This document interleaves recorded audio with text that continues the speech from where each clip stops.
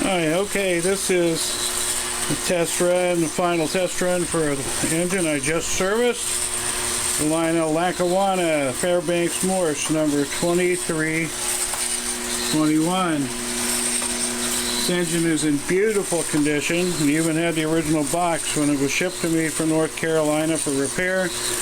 Pretty much needed new wiring inside. There was some rotted wire. Needed a light bulb, needed brushes, lubrication, clean out all the old grease and get everything back up to speed.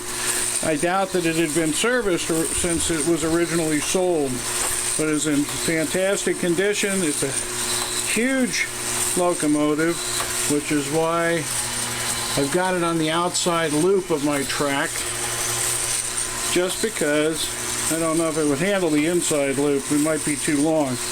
Anyway, the reverse unit works perfectly.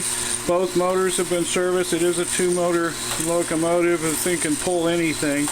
I've got some passenger cars on it today just to give it a little test, but pretty much what you see is what you get. The customer also had some concerns about the horn sticking. It's fine now. I cleaned the contacts for the horns. Everything should be good. So we're going to give this thing a couple runs around. Reverse, neutral. Here we go.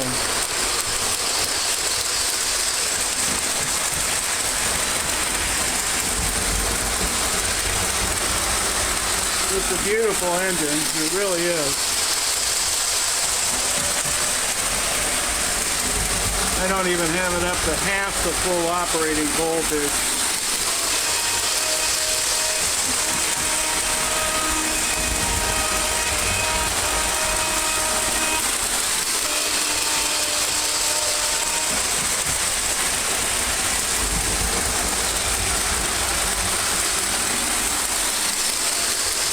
Okay, one more. Lionel Lackawanna 1955 engine, number 2321. And that's it.